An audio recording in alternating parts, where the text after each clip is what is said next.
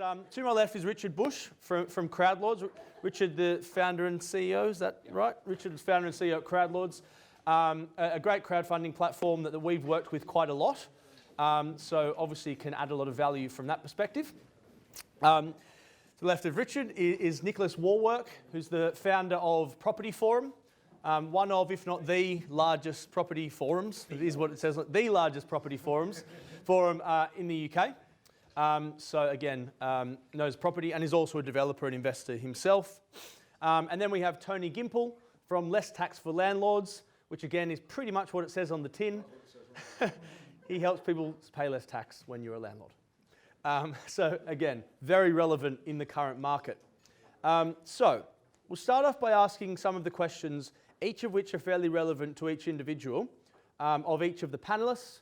We will each give some of our own feedback between us. We'll work through those few initial questions, and then we'll pass some questions to the audience and perhaps raise any other key points so far as where the market currently is, where it's going, and how you might be able to, take advantage of that and apply that to your own situation. So, first off, I've got a question for Richard, which coincidentally is with regards to crowdfunding. There's a couple of parts to this question. First off, where does crowdfunding fit into the market with regards to other sources of funding, and what do you see? Where do you see it going from here, and what are the risks involved in crowdfunding? Okay, that's two very big questions. We'll answer that very briefly. Okay, so what was the first one? First one is, where does crowdfunding fit into the market? Right. So one thing I'm very aware of is not contradicting anything in the book, which is a great book. But one of the things that Paul mentioned is the starting point really for buying an investment property for buy-to-let is around £50,000 if you live in the southeast. One of the best things about crowdfunding is it enables you to get into property investment at a much lower entry point. That's the first thing. And the other thing that it allows you to do is to diversify your investment across multiple locations, multiple properties, and multiple asset classes. So that £50,000 could be invested across 10 properties, which spreads your risk. In terms of the second part of the question, which was? So the second part of the question is, where is it going from here? Okay, is where is it going? One of the when we started, our mission was to make buy-to-let more accessible to more people. And that was when the government changed the legislation around mortgage interest and they raised the stamp duty. So we moved from doing buy-to-lets to doing property developments. So our biggest product at the moment is investments in developments. And they can be debt investments or they can be equity investments. And the debt investments can be first charge or second charge. So those investments are typically 3 to 5 years. And they give returns. They are leveraged, but in a different way, and we can talk about that later if you like. But they give returns typically of between 10% of their debt to 20 to 25% per annum of their equity. So where crowdfunding is going is a much more diverse range of investments. There are many more platforms now. I won't list any of them, but they are there if you want to find them. And each of those platforms have different areas of expertise. So there's much, much more choice. And I think what will happen is over time, more and more platforms will spring up. Okay, and what are the risks involved? The risks are really the same as doing it yourself. So there are market risks. There are risks around choosing the wrong location. There are risks around choosing the wrong platform.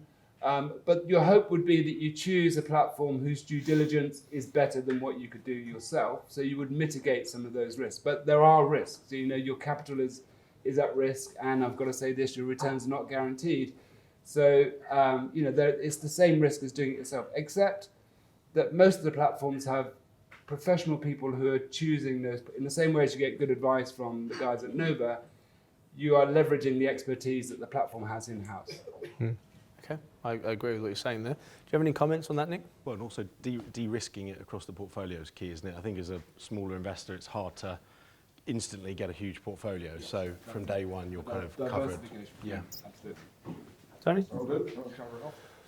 I have a couple of comments, surprisingly. Look, I agree with what you're saying there, and just to kind of expand on it in my own way, I think it's great that individual investors can get access to the debt and equity side of a development, which is something that's never been the case before. You know, it's been very much institutions, you know, development lenders, the big guys that get access to exposure to that. So in the right circumstances, that can be really good. And you know, like diversification, you know, it can help you spread your risk, but also get access to some really good returns that perhaps as a smaller investor, you just wouldn't have had access to before. Key point though is in the right circumstances. Because, you know, you're quite right, Richard, it's not guaranteed. And if you're, you know, giving money to a dodgy platform or a dodgy developer, well, you know, the risks are very high. Because if they go bust, so too do you. But if that's a manageable risk for you and it's not a massive amount of money for you, then perhaps there's not too much of risk either. So again, no one size fits all. Based upon your situation, your goals, and your current financial position, getting some exposure to crowdfunding can be great in a number of different ways, not just for the debt and equity, but you know, there's there's other options as far as getting access to the PRS market and actual property ownership or partial property ownership, depending on the platform and what they're offering. So the right circumstances is very good. Just make sure it is the right circumstances. I think that's a good point, actually, if I may, just on the different strategies there. So some of the deals could be, you know, serviced accommodation, massive PRS schemes, stuff that as a smaller investor you couldn't, you know, possibly do. So you can do serviced accommodation on a small level, but the kind of level you would invest in is quite different. The other way of looking at it as well is that for every project that we have, there are two sides. There's the landlord stroke developer, then there are the investors. So you might consider it as a way of raising funds, increasing the equity that you have available so that you can buy more properties or bigger properties than you could if you did it on your own. So, you know, you should consider it as an investor, but also as a fundraiser for your project. Great. Okay, I think we've covered that pretty well.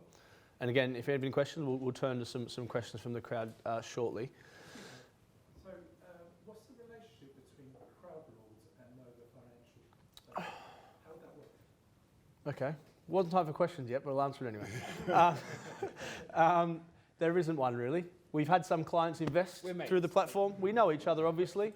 You know, I think in the property industry, especially in my experience, you come across people that you sort of know are legitimate people and know what they're talking about and that you're happy to be associated with. I'd say that's the extent of our relationship. It's mutual. Yeah, okay, good. Nick, as the founder of Property Forum, what are you finding are people's biggest concerns in the current market? Dare I say the B word? Not that one. Yeah, I mean, Brexit. Okay, someone else said it. Excellent, thank you. Believe it or not, I've just written Brexit for Dummies, so that's due out in a couple of. I'm not going to do a book pitch night, but Have you really? I have. Yeah, it's not a joke. When they asked me to do it, I laughed down the phone. I said, "Are you kidding? That's got to be the worst book to write in the world," because no one knows what the hell's going on. But it's coming out. It's kind of a bit of a history in the lead up and stuff like that. So it's getting your head around how we've. Tudor times. Say again? Starting Tudor times. Pretty much, yeah. It was a few years ago. So, did you ask me a question? Yeah, sorry. Well, you said, I think you answered it very Oh, briefly. yeah. But Okay. people's biggest concern, given that you run a platform? Yeah, no, it's definitely Brexit. I think that's pretty much unfounded. You know, I think any decent property investment should be long term. You shouldn't be investing for a 3, 6, 12-month window or however, God knows how long Brexit's going to go on for. But regardless of that, if anything, I think we're probably in a bit of a buyer's market right now. You know, interest rates are still low. There's still a massive undersupply of property. So if you can get something built, or you know, whatever you're doing development-wise or adding value, there's going to be tenants there at the end of it that will take your product and bite your arm off. We've just finished a 27-unit block in Newbury, which is not a massively, you know, it's not a London borough. It's an out-of-town kind of borough, and we filled all the rooms in like 4 weeks. I think it was 4 or 5 weeks. 27 units, all sort of micro studio scheme. It was unbelievable demand, and we rented them all sort of. Yeah, sorry, yeah. Yes, we just finished a 27-unit micro studio block in Newbury, and it literally flew out the door. 4 or 5 weeks. We let all units, and we've got a waiting list. So the demand, if you can get stuff done, I think it's a buyer's market. I think the site values and things you're looking to acquire now, there are people that are nervous. There are people that are offloading stuff, maybe a bit cheaper. There's not as much transactional activity in the market, that's for sure. So as investors, when you're at the kind of top 1% of knowledge, of property investment knowledge, I think we stand ourselves in a really good stead to go and pick up these kind of deals, hold them for the long term, and couldn't be a better time. I'm not affiliated with the government. I have nothing to do with Brexit and telling you should be buying now to get the market going. But yeah, it's definitely kind of looking at all positives. Any market you can do business in, you can do business in a declining market even. So I think we're in a pretty stable market. And I think housing figures out this month are actually looking up, aren't they? Certainly central London is up and it's rippling outwards gradually now. So I think people are sick of the B word. And I think we're getting on with things slowly. And I think once it's done, whatever happens, whatever the event, we're just going to crack on and do business. So hopefully. Yeah, absolutely we will. Pretty sure we will. Why not? So that That's being what we people's biggest concerns, what is the sentiment like? Based upon, that's one concern, but what would you say the sentiment in the current market is like? From who? From Well, just general market I chatter? suppose general market chatter, but given that you run Property Forum, I assume people are talking a lot on that forum. Yeah, What are they talking about? We get a mix of demographics. You get people who've never invested in property, so they're sort of probably more nervous. Yeah. They don't necessarily appreciate the fact we could be in the best market in the last 5 years to buy property. And then you've got the sort of bigger investors that might be stalling on the sales of their sites. And we've got a couple of our sites, big sites, that are stalled on the sales. We're fine. We rent them out and they'll sell in 6 months. It's not a problem. You've got to be able to wait it out. You've got to be able to make sure your deals stack up. I think, whatever you're buying, just make sure you've got a bit more margin, bit more kind of buffer for the market in there so that you can ride it out and make sure it rents like hell. You've got to be exit led. You've got to make sure that, whatever you're building rents and therefore you're creating income and someone will buy that income. All the investments that we do is creating income streams. I'm not a traditional developer, and I'm not saying that's a bad route. By traditional developer, I mean building units to sell off. I think the end market of selling off to the end consumer or house buyers probably the worst market to be in right now, because homeowners and first-time buyers, they're the most nervous. They're not property investors. They're not in the top 1% of people like ourselves that appreciate it's a buyer's market. So they really are holding off. Yeah, I mean, the basic fact of the market is demand exceeds supply. Everyone comes here for a reason. Brexit, I know, it's still the capital of the known universe. But whatever you do when you come to property, if you're relying on a capital growth bubble, you're exposing yourself. The nice thing about income-producing assets is they're income-producing assets. If you get the capital growth, so much the better. But you're on a Caribbean beach, when you've got income, the cash register is still ringing. So whatever you look for, be it development, be it buy-to-let, be it HMO, be it crowdfunded, be it personally funded, look for the right kind of demand-led property. Is it an exit route? Maybe. Yeah. But if you're going to be in property development for flipping, be in property development for flipping. If you're going to be in buy-to-let for long-term buy-to-let, be in long-term buy-to-let. If, however, you want to have a balanced portfolio where you're actually building for a potential sale, but plan B, which could also be the plan A, is to rent it for the long term, make sure it wipes its face, makes a profit, put the tax element last. You have to make a profit before you pay tax. And the underlying facts are there are more people who want a good quality roof over their head, and there's new generation who's quite happy to rent. What's that, rent investor? You've got people who don't even own their own homes anymore. They just continue to rent and make their capital work in other ways. The key is you're very good at what you do. People on this panel and other experts are very good at what they do. Make sure you get the best out of both sides, and don't rely necessarily on what you've picked up over the years. Work with the advisors and tell them everything you know. That way they can tell you everything they know in relation to where you want to go. There you go. Tony's read the book. Sorry. Any comments on Brexit or market sentiment, Richard? I would say we're finding people are more cautious. I think that's the word that sums it up. They're not acting, but they're doing more due diligence, which is even better, and they're investing less than they would have invested a year ago, but there's still a lot of investment. Yeah, I agree. I think there's no doubt that transactions have fallen, but it's actually been quite recent that's happened. You know, it's really only been the past 3 to 6 months. If you think about before the referendum, there was all these doom and gloom predictions about what was going to happen if it went the way of Brexit. And of course, it did go the way of Brexit.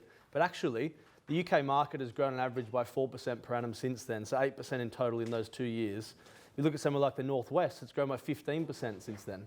So actually, it's been quite a buoyant market ever since the referendum. It's really only been in the lead up to Article 50 that people have been getting a little bit worried. Whether that's unfounded or not, I think it probably is unfounded because no one actually knows what they're worried about. And it seems silly, but that's the truth.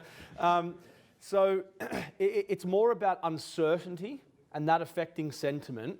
People still want to buy, in my opinion. You know, the people I'm speaking with still want to buy. So what we're getting now is pent-up demand.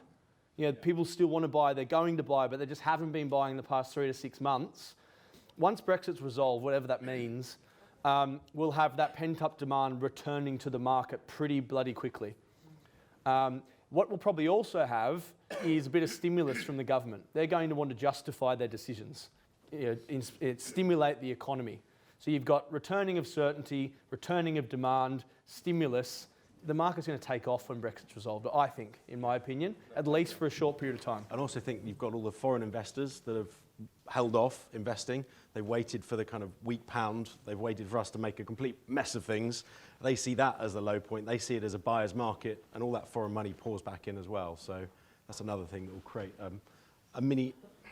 I don't want to use the word boom because I don't think that's what it's going to be, but I think there'll be solid transactional I agree. value I think for we're in a while. plateau at the moment. Yeah. And there'll be a returning of, strong returns in the foreseeable future. Okay, good. Tony, Yes. does the tax changes mean buy-to-let's dead? No, is the short answer. Don't let the tax tail wag the planning dog. Section 24, the capping of mortgage interest relief, basic rate tax, a blunt instrument to solve a problem that really did not exist. It will affect higher rate taxpayers or those becoming higher rate taxpayers, and we'll see clients this year, next year, whose tax bill will exceed their profit in that year.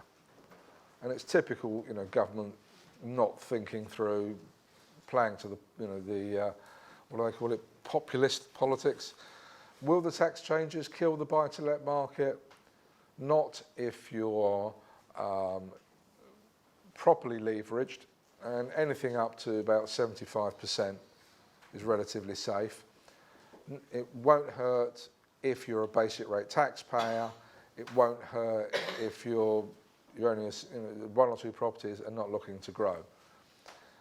If, however, you want to run a professional property business and actually do what government wants, which is to professionalise the sector, then if you're not careful, it could have a very powerful individual effect, not just on income tax, but on capital gains, on inheritance tax. Now, however, is a good time. The real threat to the market will be if there's a vote of no confidence and for some reason Comrade Corbyn manages to get the keys to number 10. Then it's be life, Jim, but not as we know it. At which point buy-to-let, tax and the rest of it, frankly, will be a sideshow. What you've got to be careful of with the tax changes is to make sure you get well-rounded advice and speak to people whose speciality it is. We see time and time again, most of our clients, they've got existing accountants who are just that, they're historians. If you're going into property, if you're looking to build forward, you're a futurist. You've turned the telescope round to look at it the right way. So you've got to make sure you see tax as a legitimate business tool and not as a cross to bear, a millstone around your neck. But if you are highly geared, if you're already a higher rate taxpayer, if you're not maximising your returns, then it's going to be a difficult time for you. Will it kill the whole market? No. Will it kill individuals within the market? If they don't act the right way, then absolutely. Do you find that it's putting people off getting into the buy-to-let market? I think there's a lot of misunderstandings about it. There are. Tony mentioned about Section 24 not affecting basic rate taxpayers. That's something that's just not been explained at all. Yeah. And I think unless somebody has heard someone like myself or Tony or one of you guys speaking, they just don't know that. And their accountant probably doesn't know it either. That's a problem, I think, and that turns people off. A lot of our clients are what I call mum and dad investors. Yeah, they're not extremely wealthy. We have some extremely wealthy clients, but our average client is more well off than average.